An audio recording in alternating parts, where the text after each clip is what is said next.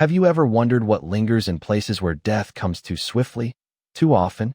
In the heart of a forgotten American city, among cracked streets and clinging vines, stands the ruin of St. Agnes Memorial.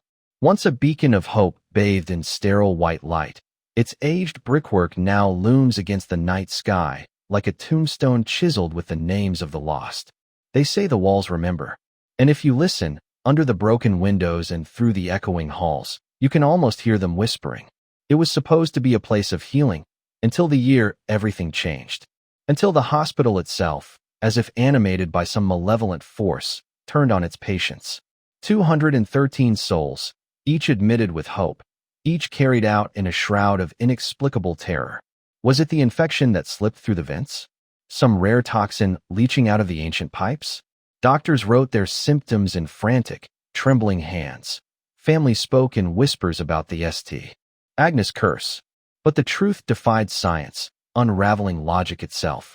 No one talks about what the night nurses saw, about the faces staring up from beneath the sheets, eyes open, mouths twisted in silent screams. About the midnight wailing, which grew louder no matter how many rooms were emptied. And yet, for all the deaths, the hospital's doors remained open, swallowing more victims with each passing week. Why? Who allowed it? And what, in the name of all that's holy, was truly happening inside those dim-lit wards? Outside, rumors spread like wildfire. Locals crossed the street to avoid the hospital's shadow. Strange lights bloomed at windows no one had access to. Children dared one another to peer through the overgrown fence. Not all of them returned the same. The legend grew, a doctor in white stalking the halls long after closing, holding something dripping and dark. Gurneys that rolled on their own in the dead of night. Crying voices coming from sealed-off wings. The press blamed the staff, called it gross negligence, or whispered about a clandestine trial for a new drug. But survivors, few as there were, spoke of something far more sinister. Of corridors they walked only to end up back where they started. Of seeing another version of themselves reflected in ancient glass. Of being watched by eyes that could never close. Tonight, we walk through those corridors. Tonight, we follow the footsteps of the lost, seeking the line where dark history and urban legend blur. Was it murder, malice? St. Agnes Memorial Hospital was born out of desperation. In the late 1920s, as America limped through an era marked by economic collapse and surging disease, the city's leaders agreed. Something had to be done. At the heart of the oldest district, where dim street lamps fought the encroaching shadows, they broke ground on what was to become a proud monument to hope. Its stately facade, tall columns framing ironclad doors, was christened with blessings and built on the promises of healing and redemption. In its earliest days, St. Agnes bore witness to tragedy and triumph. Tuberculosis, Spanish influenza, and polio swept through the city, but inside the hospital's newly painted halls, miracles were rumored to occur. Dr. Vincent Holloway, young, charismatic, and relentless, was appointed chief medical officer. His leadership, together with head nurse Evelyn Harper's unwavering empathy, earned St. Agnes a reputation that reached far beyond the beleaguered township limits. Yet, as decades passed, the city changed. Factories shuttered, families fled. Abandoned storefronts reflected the empty eyes of those left behind. St. Agnes, once a symbol of salvation, struggled to stay afloat. By the late 1960s, budget cuts frayed staff morale. Whispers of malpractice and questionable experiments surfaced. Still, the doors remained open. The hospital, too stubborn, perhaps too proud, to close, grew into its own legend. Locals described St. Agnes as a paradox, at times both sanctuary and mausoleum. It was where generations were born, healed, grieved, and buried. In the vast basement, forgotten storage rooms held relics of bygone eras, leather-bound patient logbooks, discarded prosthetics, piles of wheelchairs. Elderly staff claimed spots in the building felt older than they should be, never warmed by sunlight, always shivering with a faint, inexplicable chill. It was not just the structure but the stories that built the mythos. The tale of Sister Marie, a nun who persisted in nightly vigils long after her own death. The ghostly figure of a surgeon, eternally replaying a botched operation behind frosted glass. Even police officers, summoned for routine disturbances, refused to enter alone after dark. Some said the air thickened inexplicably near the east wing. Others insisted their watches stopped as they crossed the threshold. In the mid-1970s, medical curiosity turned sinister. Under Dr. Holloway's declining tenure, St. Agnes received government grants for research. Clinical trials followed, often on the city's poorest and most desperate. Records later revealed unexplained deaths, patients healthy upon admission, only to deteriorate overnight, gasping as unseen hands seemed to choke the life from their lungs. Head nurse Harper, now gray and haunted, documented the phenomenon in private journals. "Something is wrong here," she wrote. "Even when the medical facts make sense, the corridors feel colder. The lights flicker badly. I hear voices after midnight that are not my own." As the decades ground on, a fatal pattern emerged. Small tragedies compounded into mass calamity. Rumors grew: birth defects, unstoppable infections, disappearances, all attributed to the curse of St. Agnes. Yet, for every published scandal, there was always a cover-up, a plausible deniability that left only the boldest voices to speak out. And then came the year no rational mind could explain. Within 12 months, 213 patients perished, each case documented but never resolved. The city's papers, growing more desperate by the week, tried to catalog the death toll with neat columns and cautious language. But the reality was anything but orderly. Who was responsible? Was it the doctors, desperate and overworked, driven beyond the boundaries of morality? Was it a relic of long-buried sins, finally emerging to claim its due? Or was St. Agnes itself, stone, brick, and time, hungry for something no human could satisfy? As we uncover the secrets of this haunted hospital, our gaze turns to those who walk the shadowed halls, fighting the tide of blood and fear that threatened to drown them all. The year began with a chill that didn't lift, even as spring arrived. Nurses whispered about the cold spots, patches of air that left their breath hanging, visible, even near the radiators. Head nurse Evelyn Harper, as vigilant as ever, jotted down the complaints. She noted an uptick in fainting spells among junior staff and faint tappings behind the walls that intensified in the early hours. It started slowly, with threadbare explanations: exhaustion, stress, rodents behind plaster. But soon, everything at St. Agnes began to unravel. In April, 3 patients in Ward 7B awoke screaming the same words: "He's here. Don't let him in." Each, unrelated, described a figure draped in white, standing at the foot of their beds. Security was called, records filled out, sedatives administered. The night staff joked, nervously, about the doctor who never sleeps. But when patient charts revealed identical bruises on their ankles and wrists, cold, pale finger marks, the laughter ceased. Small horrors bled into each day. Files mysteriously vanished from locked cabinets, only to reappear in the morgue, pages soaked and warped as if left in standing water. A young orderly found the surgical theater reeking of bleach one morning, a room no one had entered for days. Hospital beds moved by themselves. Call bells rang from empty rooms. In the break room, a radio tuned itself to static, punctuated by a woman's voice softly humming an impossibly old lullaby. In the pediatric ward, drawings appeared overnight. Stick figures with hollow eyes holding hands around a bedsheet-draped form. No one ever saw a child at work, but each morning, the pages multiplied, their content darker, showing figures trapped behind barred windows or helpless under long, hungry shadows. Rumors fed paranoia. Staff began carrying rosaries, prayer cards, or small talismans beneath their uniforms. Sleep grew ragged at best. Some were convinced room 213 was the epicenter, the room where the numbers never added up, where vital signs monitors beeped independently of the patient's last breath, where every light bulb burned out within hours.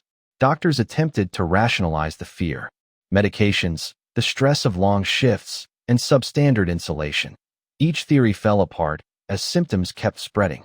Patients with mild complaints, sprains, headaches, even mild colds, would fall irreparably ill within days.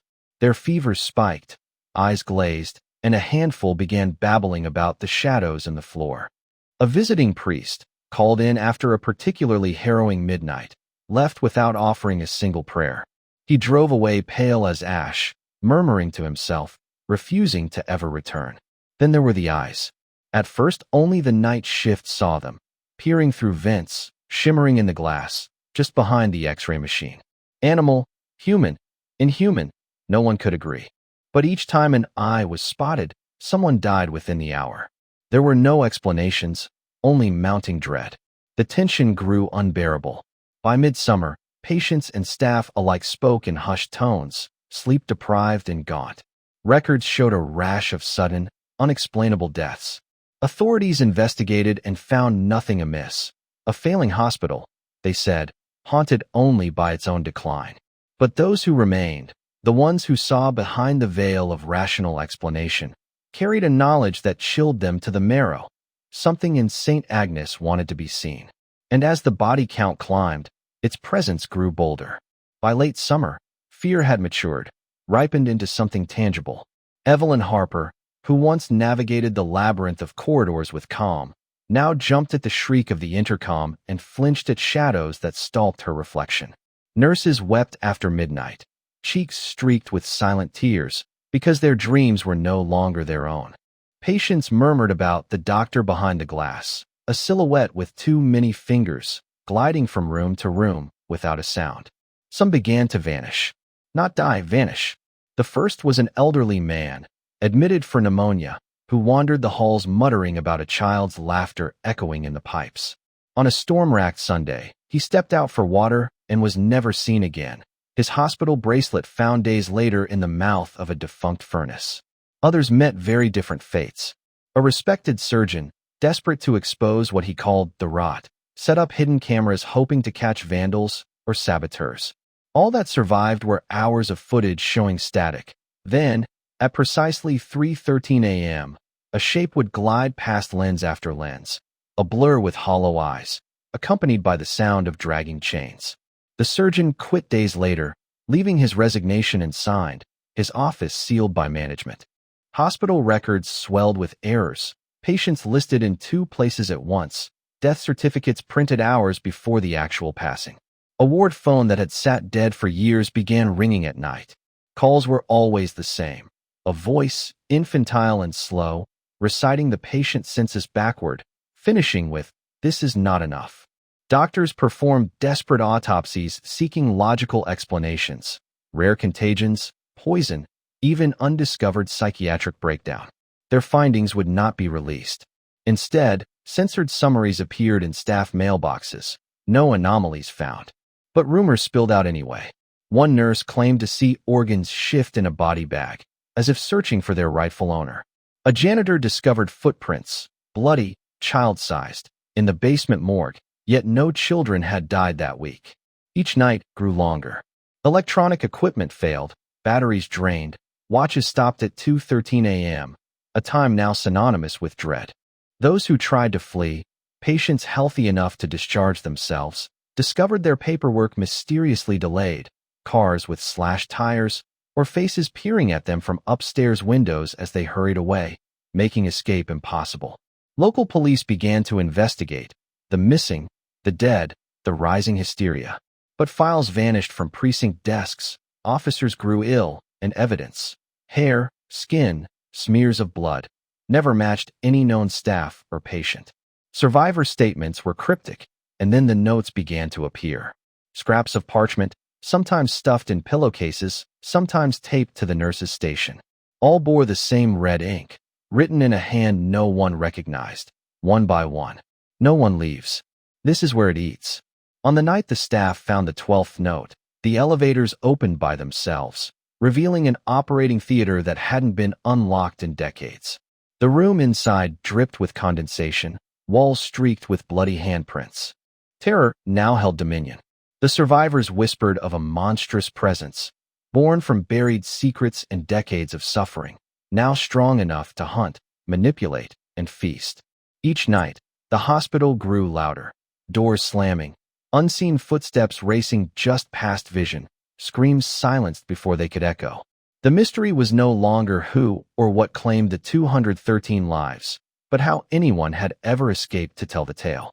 A tremor shakes St. Agnes from its foundations. A sickly green power surge pulses through battered outlets. and every light in the building flickers out.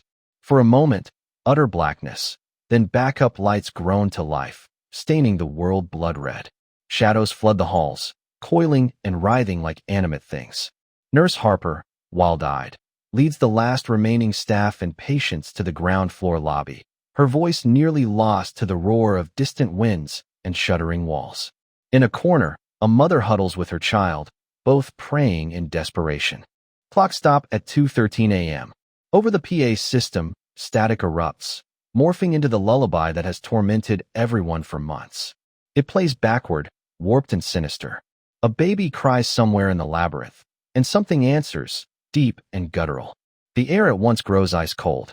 Every breath becomes agony, lungs burning. From all directions, through vents, open doors, even the cracks in the linoleum, patients from the death ledger begin to manifest.